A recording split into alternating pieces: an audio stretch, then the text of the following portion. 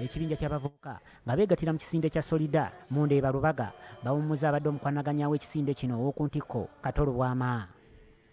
Kato Lubwama okuddamu okwogera ku kigambo Solida ye yagitunda tumugobye taddamu okukozesa ekigambo Solida tugenda era waddamu ekikozeseza tugenda mutwala mu kkooti tumuwawaale. Bano nga bakulembeddwamu kansala Musa Lusembo akikirira omuluka gw'Endeeba bategeezezza nti bakoze kino kubanga Kato Lubwama abadde takyakola bulungi mirimu gye. Abadde honorable wa Lubaga South ti abakulembeze ba Solida n'okuva olwaleero bakuwummuza era agenda akolagane ne ttiimu ndala. Ensonga eziwummumuza ze zino wammanga. Ekisooka alemereddwa okukola emirimu gya Solida gye yamutuma.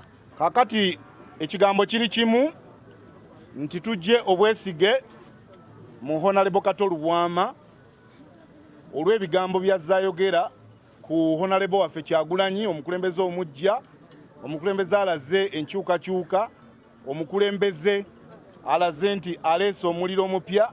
Bano nga bakuŋŋaanidde Lubaga bonna nga baanikanikanye mu bukoofiira obumyufu bategeezezza nti kyekiseera beegatte ku kisinde ekya People Power. Okuva na leero okusanga Honorable Kato Lubwama nga yeeyita omukulembeze wa Solida tujja munoonya tumukwate tumukoleko ng'amateeka bwe gakola ki we galagira. Agobeddwa awummuziddwa mbagirawo okuva n'essaawa eno.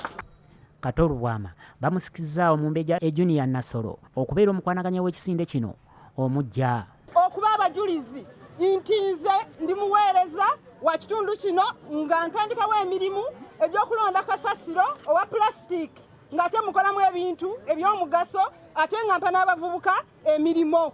Kyokka Kato Lubwama aganye okubeerako nekyayogera ku mbeera eno.